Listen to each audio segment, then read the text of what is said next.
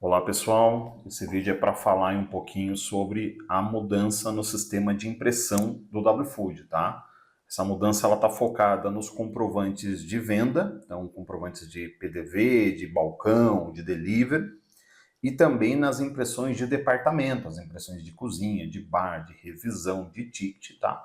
Essas impressões elas vão sofrer mudanças tanto no modo como é enviado a impressão, e também no layout das impressões, tá bom?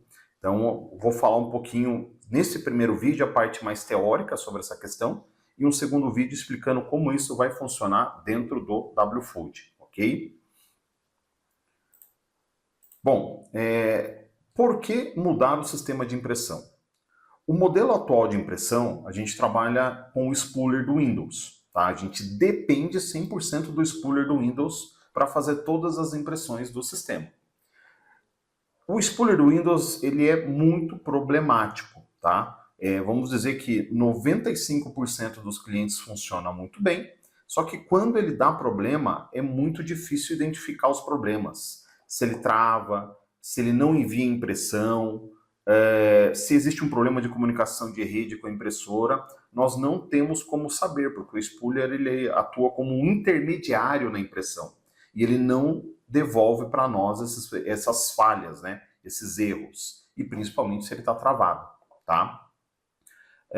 Então, essa falta de retorno é um dos principais problemas que nós temos com esse modelo, ok?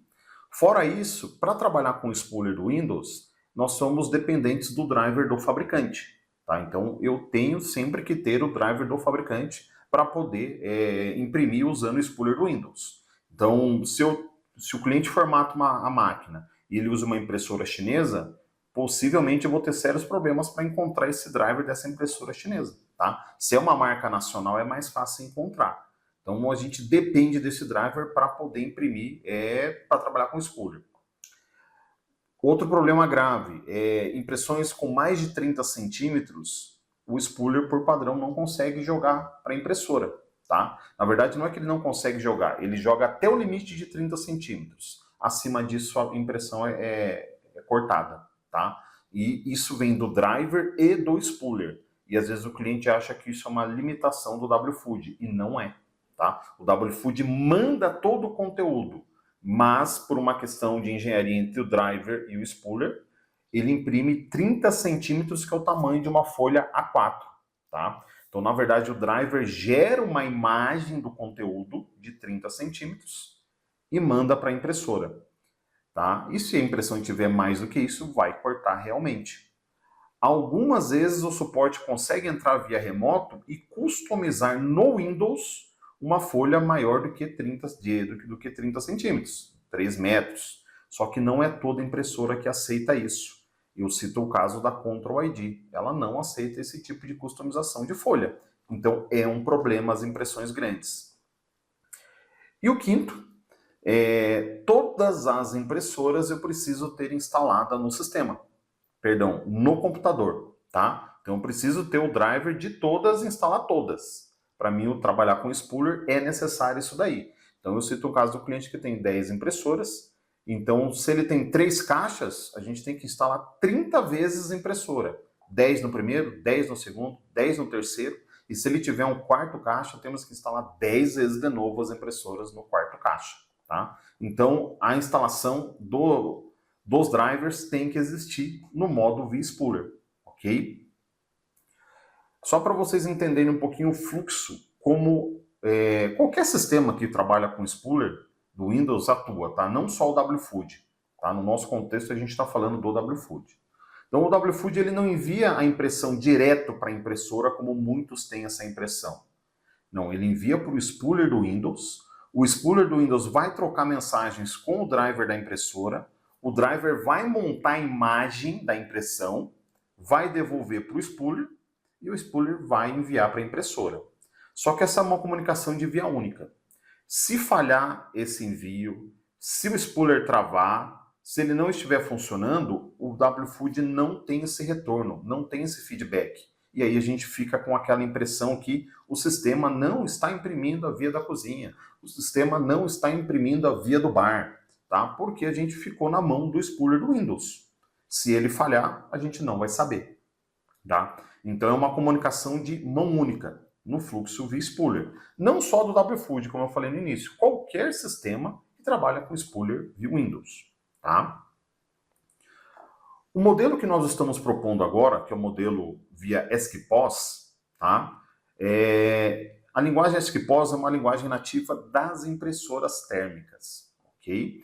Quem começou com essa linguagem, quem desenvolveu essa linguagem foi a Epson, e depois as outras montadoras começaram a implementar de uma forma um pouquinho diferente, mas começaram a implementar nas impressoras. Cito as marcas nacionais principalmente. Algumas importadas também têm, ok? Mas quem começou foi a Epson. Bom, a segunda vantagem dessa questão aí é que via ESCPOS eu não uso o spooler do Windows. Ou seja, eu mando um comando de texto direto para a porta da impressora. Eu não tenho um intermediário nessa comunicação. A terceira situação aí é que eu não preciso mais ter o driver do fabricante se eu for trabalhar com o modo ESCPOS. Tá? Eu posso mandar direto para a porta USB, para a porta TCP ou para a porta COM, sem usar o driver da impressora no modelo ESCPOS. A quarta situação, a impressão ela não tem mais um limite de tamanho. Eu posso mandar 30 centímetros, como posso mandar 3 metros de impressão e vai ser impresso. Ok? Quinta, nós temos acesso aos erros de impressão. Então, se houver um erro de conexão, a gente consegue mapear isso para o WFood. Eu consigo devolver esse feedback para o WFood. Tá? Se houve um erro de comunicação, principalmente na TCP, né, na comunicação via rede. E o sexto, que talvez seja a maior novidade de todas, nós temos a nossa própria fila de impressão, como eu vou mostrar mais à frente ali. Ou seja, nós não vamos usar o spooler, mas o WFood vai ter uma fila de impressão interna dele. Tá? Por que ele terá que ter uma fila de impressão interna? Por que não pode mandar direto? Porque algumas impressoras, eu vou citar o caso da Control ID, que um parceiro nosso aí, Automaking, enviou gentilmente para nós, tem uma séria dificuldade em gerenciar fluxo de impressões via rede. Se mandar muitas impressões para ela, ela não consegue imprimir. Então, se eu monto uma fila de impressão por estação, então cada estação vai ter a sua filinha de impressão, a gente consegue controlar mais casos igual da Control ID que tem problema em controlar o fluxo de impressão, tá? Então, mesmo assim, a gente tem um ganho de performance, ok?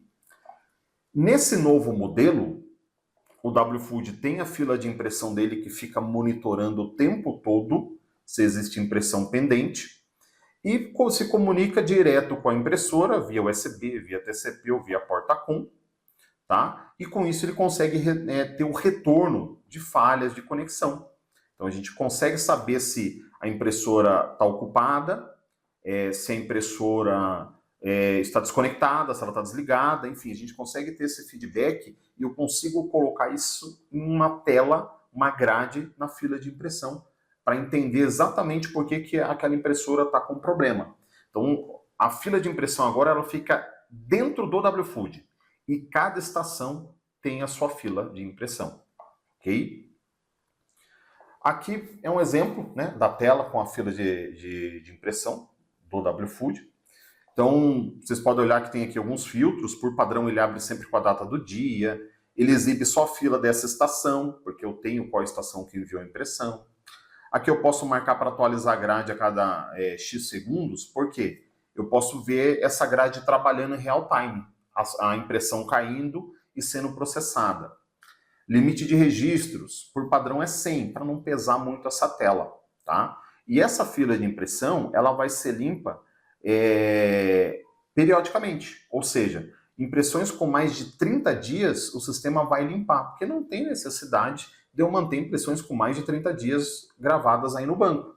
Ah, mas por que 30 dias? Porque em uma situação onde o cliente relata problemas com impressão, nós temos logs para investigar melhor a situação, tá?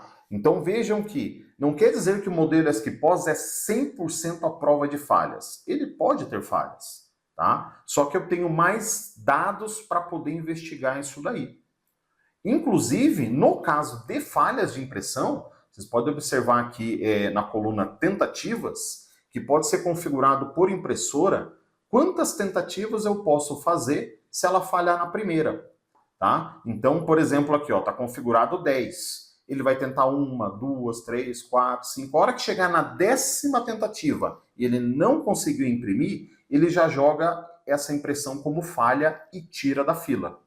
Ok? Deu 10 tentativas, tira da fila, porque a impressora deve estar com algum problema.